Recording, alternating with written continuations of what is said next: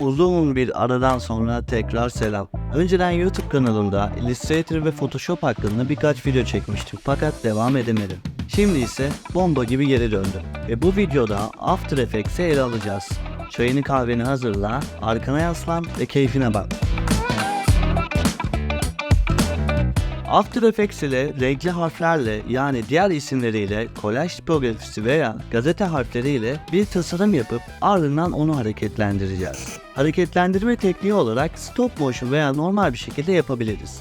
Ama ben bu tipografiye stop motion tekniğini daha çok yakıştırdığım için videonun ilerleyen dakikalarında stop motion tekniğini kullanarak anlatacağım. Şu anda Photoshop ekranımda bahsettiğim kolaj tipografisine ait harfleri görüyorsunuz. Benim kullandığım aslında bir stok görsel ve bu görselleri tek tek katmanlara ayırdım. Bu şekilde uğraşmak istemeyenler olacaktır. Bu stilin yazı tiplerini de araştırırsanız rahatlıkla bulabilir ve bilgisayarınıza kurabilirsiniz. Öncelikle yazmak istediğimiz metni belirliyorum. Ben kanalımın adını yazmak istediğim için harflerimi toparlıyorum.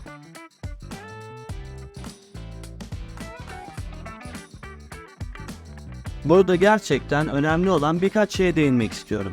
Bunlardan birincisi katman mantığı. Eğer Photoshop'ta bir çalışmayı hazırlayıp After Effects'i hareketlendireceksek katmanlarımıza ve katmanlarımızın isimlerine önem vermemiz gerekir. Çünkü daha sonrasında animasyon yaparken zorluk çekebiliriz. Harflerini ve katmanları hazırladığım gibi hemen After Effects'e attım kendime.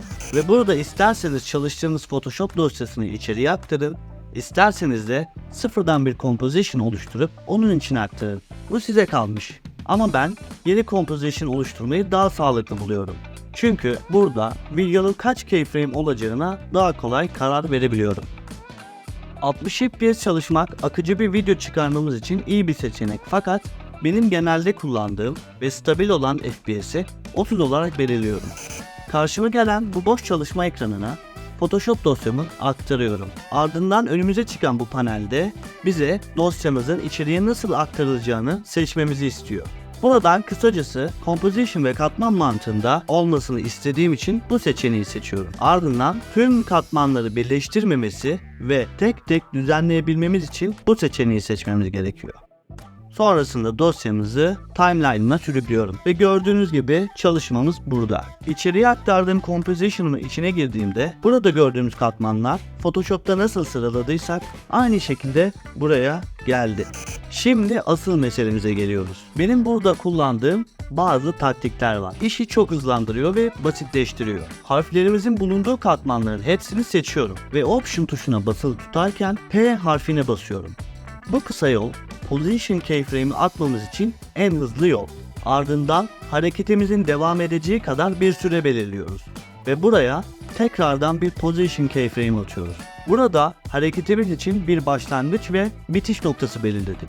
Ama henüz hareket etmiyorlar. Hadi şimdi bunları hareket ettirelim. İlk attığımız keyframe'in üzerine gelip harflerimizin nerelerden geleceğini belirliyoruz. Ben bu şekilde harflerimi sağa, sola, aşağı ve yukarı dağıtıyorum ve Space tuşuna basarak harflerin hareketini izliyorum. Geliş konumları bence gayet iyi.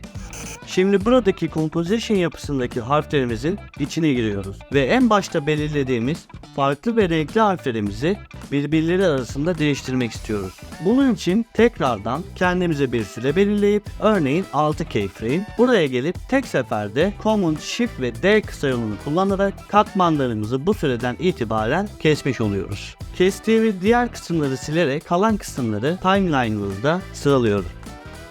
Burada bir loop işlemi yapacağız. Beni dikkatle izleyin. Composition'dan geri çıkıp izlediğimiz katman süresi kadar bunu da buradan kesiyoruz. Ve bu katmana sağ tıklayarak önce Time, sonra Enable Time Remapping seçeneğini seçiyoruz.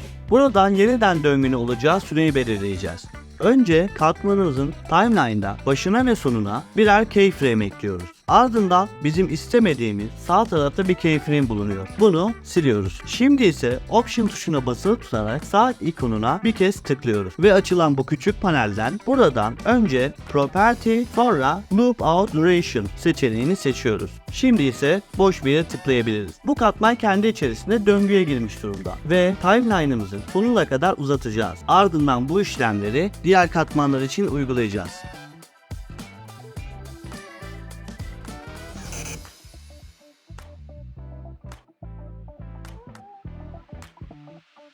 Ben hızlıca yaptım, bitirdim ve ilk composition'ımıza gelip izleyelim bakalım nasıl olmuş.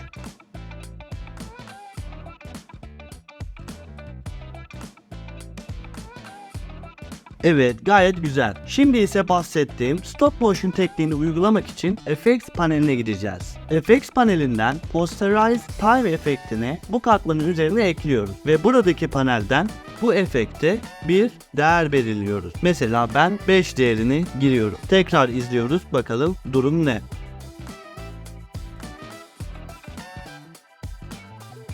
Belki geliş efekti için daha hareketli olması açısından Rotation özelliği de ekleyebiliriz. Tabi bu size kalmış. Ben hızlıca ekliyorum.